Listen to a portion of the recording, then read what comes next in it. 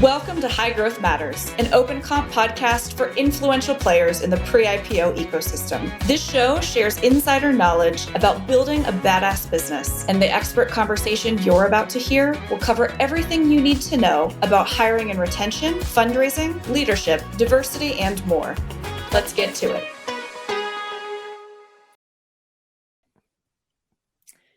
Good morning, everyone. Welcome to High Growth Matters, the official Open Comp podcast. My name is Caitlin Allen, the VP of Marketing at Open Comp, and I am your host today. And today we are going to talk about something very important, what gender equity is and is not, and how you as our listeners, HR leaders who are building badass businesses, how you can reimagine how gender equity is operationalized in your company. So joining us is Amy Cross, the founder of Gender Fair, which is a marketing and corporate social responsibility platform that showcases companies that serve women well, which is what they call Gender Fair companies. And we'll dive into that in a minute. Amy, thank you so much for being here. Thank you. It's nice to talk to you. It is. So let's dive in and maybe start with definitions. Amy, what does pay equity mean to you personally? Well, personally, it would mean like if our entire culture, women were receiving equal capital in all aspects. That would be tax payments, capital in industry, and payment in corporations. But I think that the main thing is that when it comes to capital, women and people of color do not share in capital in our society. So we have many areas to attack. And I guess the first one that your company is working with is on corporate pay equity, as we do too, as we measure that in Gender Fair. But yes, my dream of equity would just be like we all have the same amount of, each group has the same amount of capital. You know, it's good when it's that simple. I'd love to hear then, clearly this is something you're passionate about, very knowledgeable about. Can you tell us a little bit about Gender Fair and how you came to start it, as well as then how you work with companies today to Sure.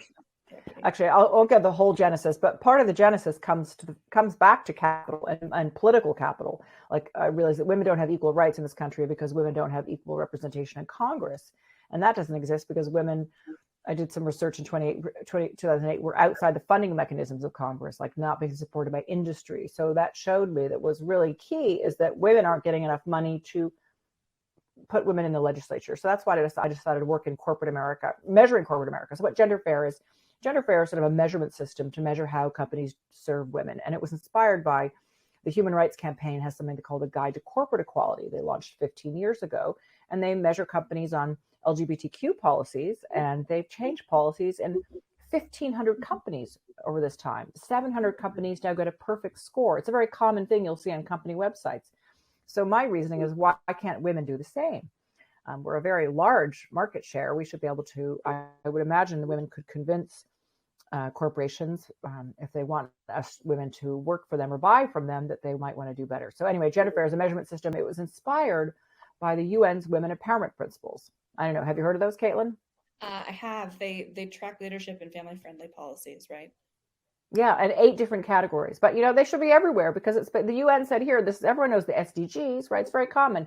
But the Women Empowerment Principles are sort of not that well known. And we think they should be. A lot of companies have signed up to them, said they will run their companies on these principles, but there's no accountability. So what we do is we created a rating system using these metrics from the UN. And we look for things that were reported and measurable. So we look at 4 areas. We look at leadership, we look at employee policies, we look at advertising communications, we look at diversity reporting, and also social responsibility, which in our case means philanthropy for women, because again, back to capital not going to women and people of color, only 1.9% of capital goes to women in philanthropy. So no wonder we're not getting ahead, right? So out of all the charitable dollars, more goes to pets than does to women and girls. So that's why we consider it important to measure. And we also measure pay equity. We didn't start out doing that when we began in 2016 because the first company to do a pay equity study was Gap in 2016. And then you probably know about Obama's White House pledge, right? That's probably in the history of your, that's probably connected to it. So yeah, it's a new thing. This idea of actually measuring and counting pay. It's so basic but yet so innovative at the same time, which is a wonderful pairing. When I was preparing for this podcast, Amy, I think I read somewhere that only 10% of today's companies actually qualify as in your rating system as gender fair. Is that still accurate? Right. Well, 10 to 15 maybe. But the main thing is it's not even very hard. Like we don't say, do you have 50% women? Of course, that's how I'd like to say.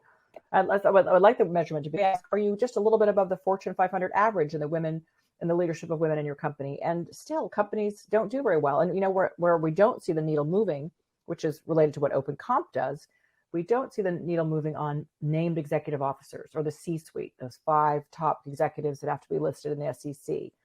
And that's where that's where the big money is, right?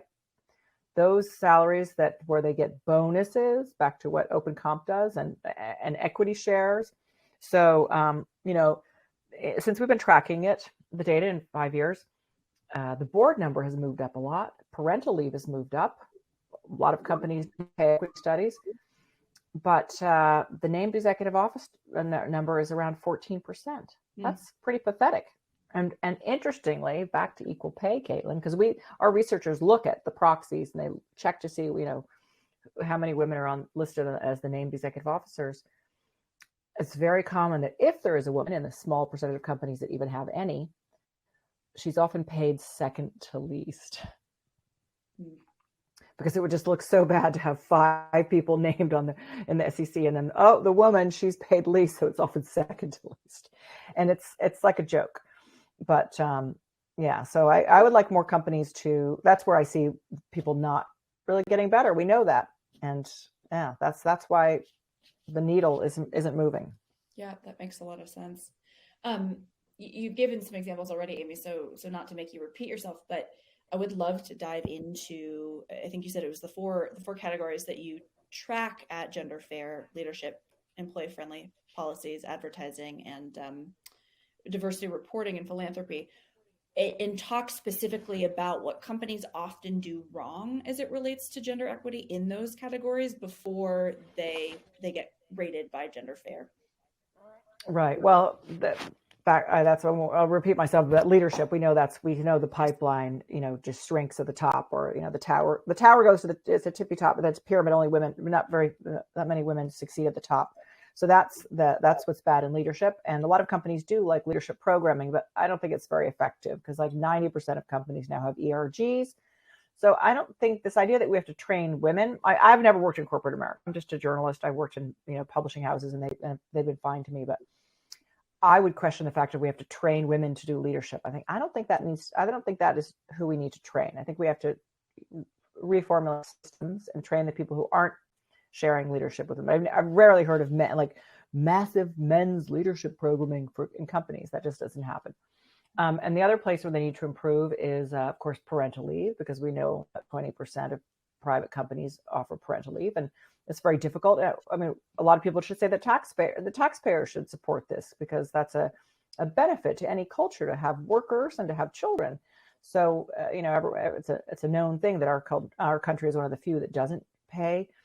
And women taxpayers, again, I don't pay. Do I pay taxes in America? No, I pay taxes to Canada, but I file in America. If I were an American woman taxpayer, I'd be outraged that my federal government couldn't pass federal childcare. I mean, parental leave. That's pretty pathetic. You pay taxes into a system, and what do you get? That's like inequity. That's financial inequity.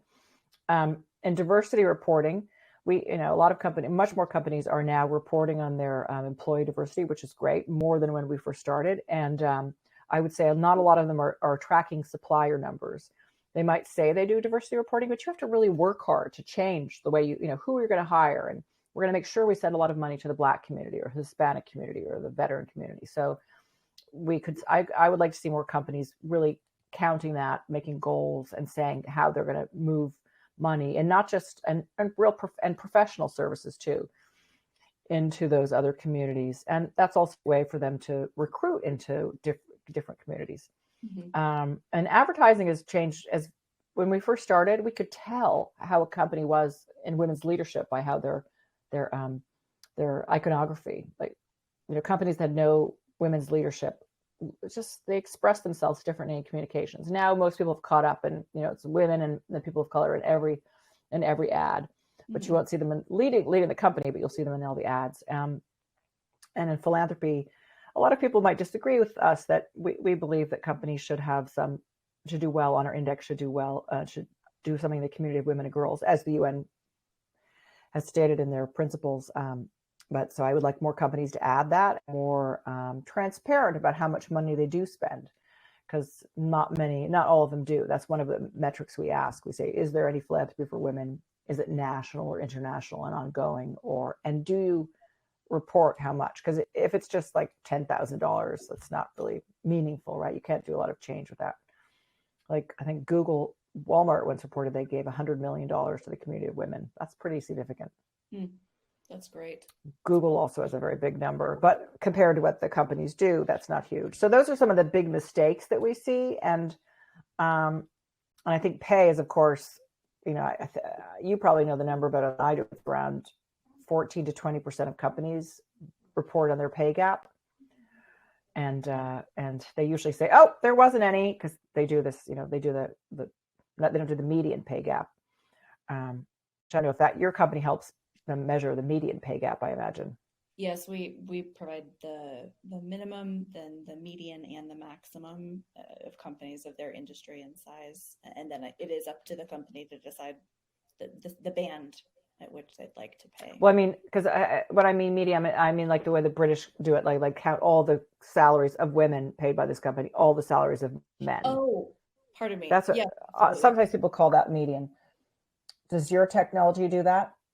Yeah, our DEI reporting does that. It looks at things like how women are paid, other underrepresented groups, and then also by level and by department. And as I'm sure you know, a lot of companies will say, for instance, oh, we have 50% women, but then if you look at how they pay, all the folks that they've hired on the female side of things, I'm choosing women as an example, but right, or they're the executive assistants or the entry level folks, right. And right, anything's wrong with those roles, but they're, to your point, they're not at leadership, and so the reporting shows by underrepresented groups and then level of the organization. So at the senior leadership team level, are women paid fairly? At the middle level of the mid manager, are they paid fairly? And then also by department, like are the engineers who are women, right? I mean, versus male. Right. The way of reporting the median gap is so powerful. Like in the US, a company will say, oh no, we have no pay gap. But if they do the UK method of look at the median, like, yes, men are paid $1 billion and women get paid 500 million globally in your company. So that shows very clearly there's a problem. And then we need this other data to pull it out. But so those are the big errors I see. Family friendly policies. That's the place where, it's easier for companies to do this than do other things. It's easier to have policies. Childcare centers is something that, people would love to have in their business. They would love to have, but we did some research, a company called ABX did some research for us, and they found that the thing that people cared about the most were protections from sexual harassment in the workforce, and then followed by pay equity. And, I thought it would be, home office perks or mental health services, but those are, that shows how basic people's needs are in the workforce. They want to feel safe and they want to feel they're paid fairly. And I think I found that quite moving, actually, that it's not as others, the frou-frou that people want, that those are the things that people wanted the most, men and women. Reminds me of Maslow's hierarchy of needs in some ways. Exactly. Yeah. I was going to say that, but since I didn't really study that at school, I wasn't sure I could pull it out. I think I've read the Wikipedia page, so you probably know more than I do. I think you're a scientist then, ahead of me. Flipping the script a bit, Amy, maybe we can go through those areas again, but on the best practice side. So for leadership, it's obviously having women in leadership. It's paying them at a median level. What are some of the other best practices that and more? Yeah, for leadership. I think people have to be really intentional about this. And some things that we've seen is something. One company does this thing where they do everyone works at mentoring each other. So you have or mentoring in groups or mentoring above and mentoring below. And these are things like you make it more of a community instead of so individual. I forget which company it is. One of the tech companies does that very innovative program around mentoring and bringing people up. I really like this idea. And also I like the idea of a lot of companies now are working on debiasing promotions and doing opt-in to promotions. Maybe it's IBM, GM. I'm not going to name all the companies because I can't, and they don't pay me to do it. So why should I? But so I've seen that, which I think is also very effective too. If you wait for everyone to raise their hand and say, oh, please promote me, oh, please pay me equally, then you only get the squeaky wheels who are getting fair treatment. And I don't think that's not the fairest way to do things. So I love these ways that a system will locate someone who's been in the company for a while and then say, oh, you deserve to be looked at for promotion. So I think that, the more you take away human bias, the more likely you are to create fairness. And I think there's a lot of really innovative things that people are doing around that I would recommend around leadership. And we will get into innovation here in a minute. But as it relates to the other 4 categories, maybe we can do advertising next. You'd mentioned sure. Oh yeah, sure. Representation across some innovations. I think for employee policies, I think companies should listen more to their ERGs. Like companies now have a lot of these employee resource groups. Sometimes they're called business resource groups, but sure. Instead of inventing which policies everyone wants, I've seen ERGs talk to companies like Coca-Cola. Employees at Coca-Cola advocated for parental leave, male and female, back in 2016, and that was very effective. Like this is there. I don't know why should this be a top dialogue about what kind of benefits people need.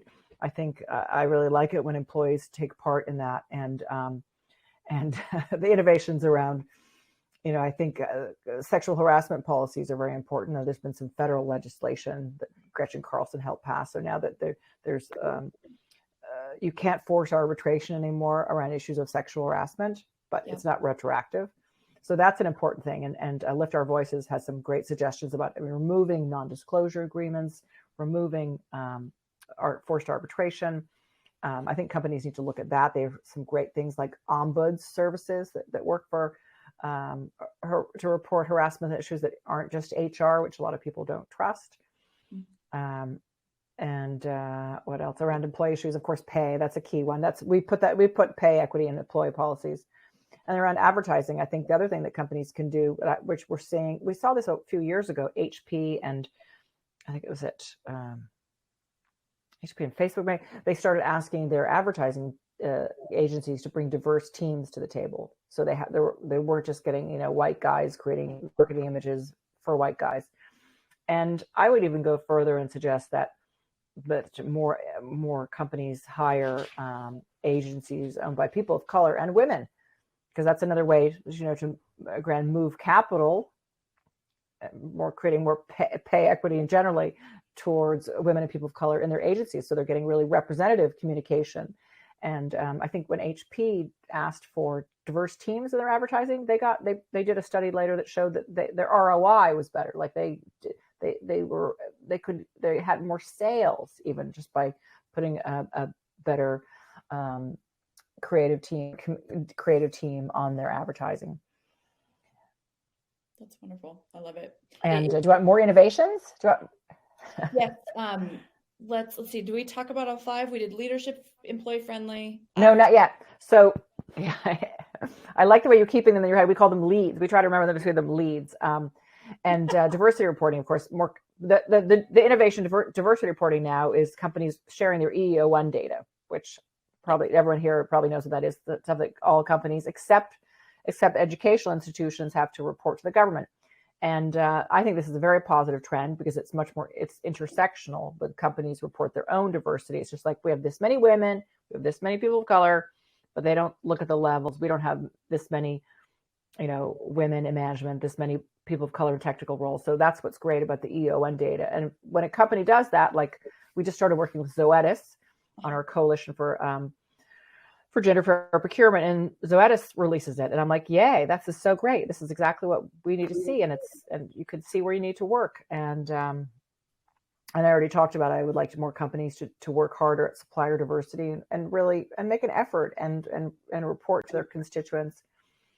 And then for philanthropy, I think I would wish companies talk to their ERGs. I think it was Kate Spade or something like that actually allocated a certain amount of its philanthropic budget to what the employees wanted to do. And they would say, if you're on a board of some organization, we'll support, the coach or the Spade Foundation would give certain money to the group on which their team members serve. So I thought that was very nice. The more you involve companies and community, the better they'll all do. So I think that's a very important innovation. And also connecting to groups that are related to your field, which companies do already. So like, the big tech companies, they donate to Black Girls Code, Girls Who Code, people of color in tech, because that's also a place where they can do recruiting and help diversify their pipeline. Sure. So I don't have to tell most people, but for smaller companies that are newer companies that are listening to this, that might be a tip that they could figure out. It's like, do philanthropy in your field. Like if it's just something that's not connected, it's not maybe as powerful or meaningful. And yet very on mission if it's a concentric circle of your business. Right. And then it feeds into it. You build a community. There's great things. I've seen a lot of some companies have their executives, do sort of sponsorship work as well as give money, or like in supplier diversity for some firms will mentor the companies from which they buy, so it's not so when these things are less transactional and more relationship, I think they're powerful for everyone. Yes. What would you say for you personally, Amy, are the innovative things that pioneering companies are doing right now that are most exciting to you? Well, I think because I'm so concerned about women getting equal share of the capital in companies, I like programs that are de-biasing promotion and sort of having objective criteria. I think that's very, I just read about that recently and I thought, well, this is good, because otherwise you could say, okay, Caitlin, yeah, she's doing great. Or you could say, Caitlin, oh, she's not doing it. But how do you measure that? So if you make me measure that before I promote you versus Mr. Handsome Guy, Aquiline Nose, Strong Chin, Handsome Guy, it makes me question my biases. So I think that's very, very, very powerful. And I these things around what I believe in, and personally, I am advocating for full pay transparency. I think that's where the American workplace should go. Like in Scandinavia, we know how much people pay in taxes. Why do Americans have to keep this secret? I can't see any benefit. I don't see who benefits from this besides, the workers don't benefit from hidden pay scales. And when you say pay transparency, Amy, do you mean literally everyone's salary is exposed, or do you mean internally? Yes, that's for me. That's the ultimate. Like a few companies do it. Buffers very famously does it. A gender fair company called MM LaFleur does it. And then they did a really interesting study afterwards showing that people really felt good, because when you don't know, there's uncertainty. Like you don't feel I can't remember the research exactly, but it showed that employees actually felt happier about the workplace in general, just knowing that so and so down the hall makes X. Doesn't change how you do your work, right? Why does it matter? In the federal government, pay scales are public. Everyone knows you're of a GS1 or a GS13. I grew up in DC. People talked about people's salary levels. So what? It's money. It's so secret. It's just money. So that's my personal preference. I don't know if everyone else would agree with me, but if it were up to me, I would do a manifesto for full and total pay transparency. Well, thank you. And that's actually a perfect segue to my second to last question, which is all about Open Imperative. You're on the advisory board. It's an organization that is committed to ending gender pay inequity by 2027. I know. Give us the money. What would you say the most important steps that companies can take? What are the most important steps companies can take today to eliminate gender pay inequity, including joining Open Imperative and getting a free pay equity beyond that too? Well, of course they should do that. And they should find out what they're doing, and then they should say they're going to improve, and they should create ways. They should, figure out ways to pay people fairly and promote them fairly and offer leadership to other people and make sure that their equity allotments are fair. Like it shouldn't be so hard. I always say, when we're talking about these questions of equality, I always say, like, I used to have children in my house, and there's sometimes cake, and I always would cut the cake and give them their pieces of cake in front of one another. I didn't put the cake under the table. or like cover it with a cloth. They got to see what the other size cake was. And I don't know why this is a difficult concept when it comes to money, that has to be secret. So I'm repeating myself about that, but I love really that feel this is analogy. It's so so good. key. It's so good. So key. But also, you don't have to be a scientist to do this. I have a friend who used to work at SAP called Maggie Fox, and she, in our LinkedIn page, somewhere she writes about this. She realized that there was an inequity in her team, and so she got her bonus allotment one year, and with just using her own bonus allotment, evened everybody up with that. It didn't, it wasn't a lot of complicated equations. She could just figure that out, just like I could recut the cake. So we don't have to make it so complicated. I mean, I know there's great tools we can use, but just, it just takes a real effort. And I think that if we know that's the issue that people care about second to most in the workforce, and if we know that, I've read some research saying that some people attribute, this was something from Columbia, people can attribute women's rates of depression to lack of equal pay in the workforce. Like, if this makes people feel so bad, why wouldn't you fix it? Why wouldn't you make, if you feel well remunerated, and that you're, especially comparatively, because how people feel about pay is also related to how they think others are being paid, right? It's not just about me, myself. Apparently, even in society, everyone feels like they had like as much money as the guy who has next door, they feel better.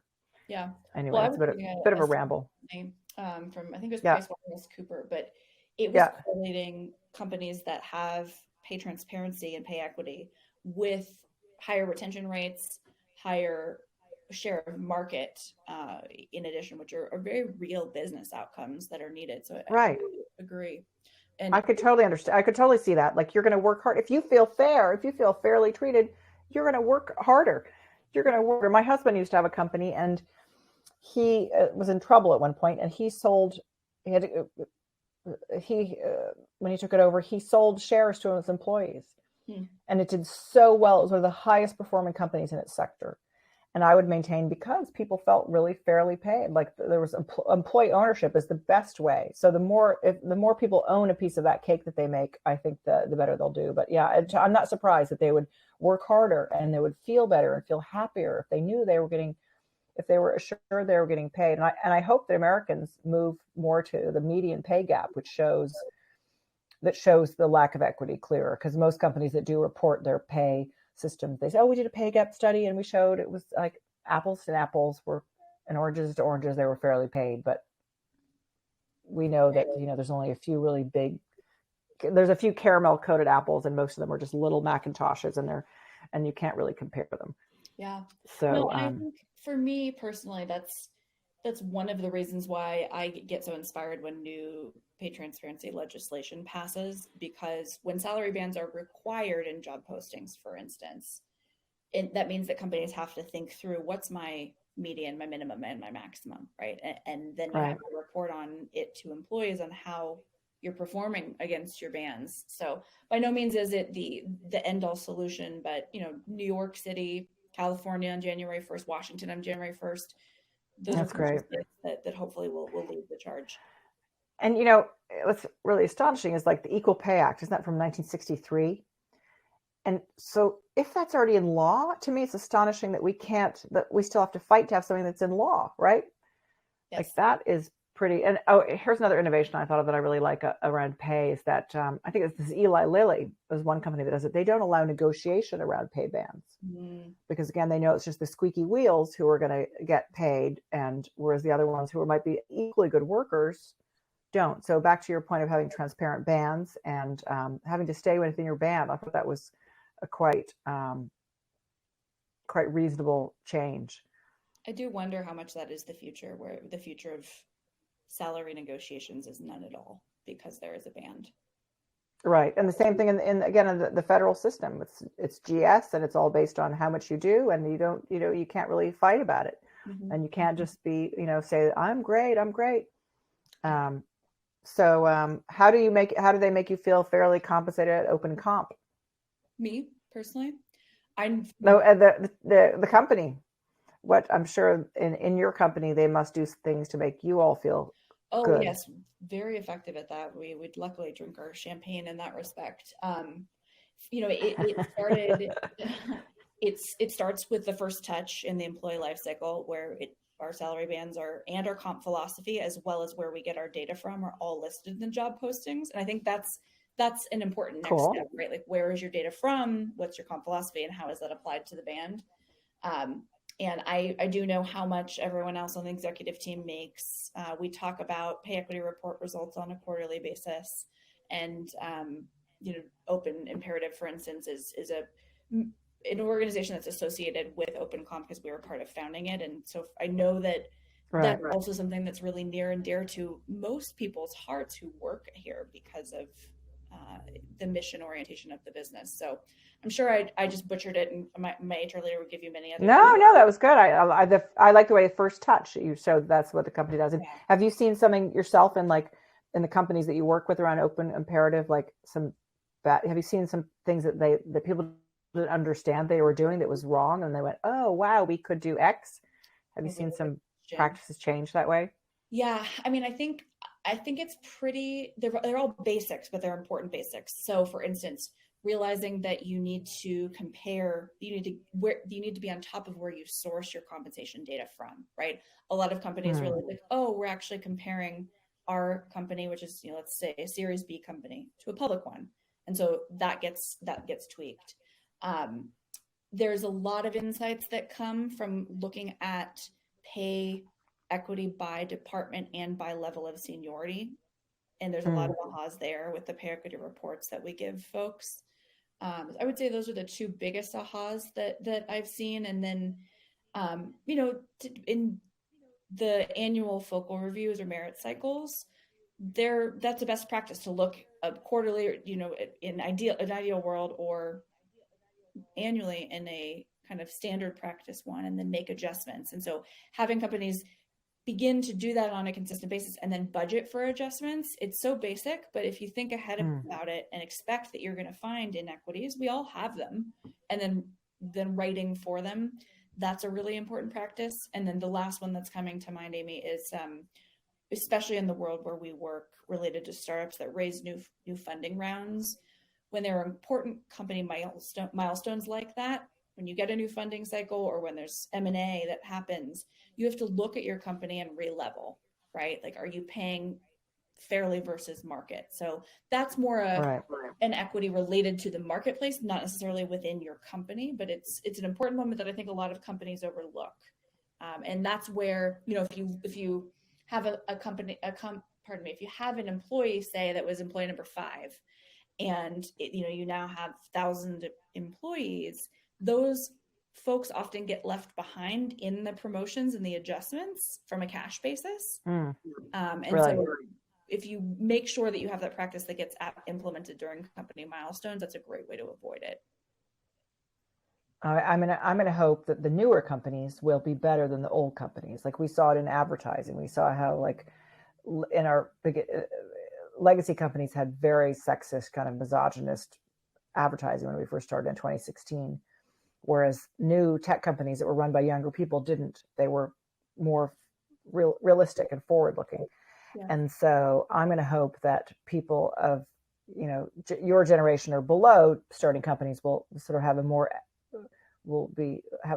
a deeper sense of fairness going forward. I think that's really well said. Amy, and you'll teach them. Amazing.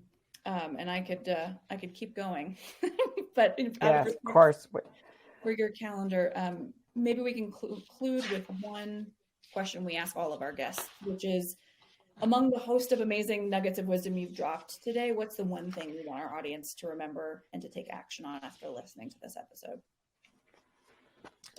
Well, I really just believe in fairness, and I think that companies should try to treat everyone fairly. And in my mind, the way we measure that is with money. So I think that's the first place for everyone to start, is making sure that they're paying everyone fairly.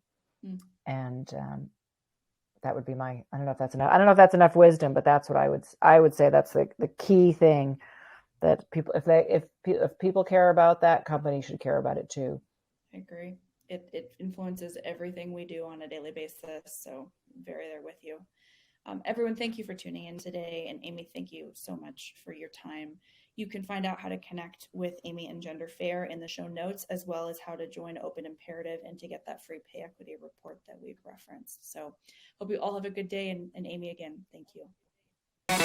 Win top talent while strengthening runway with OpenComp. Thousands of the world's fastest growing companies use our compensation intelligence platform because it offers the most competitive benchmarks and insights available. To learn more, visit app.opencomp.com/signup.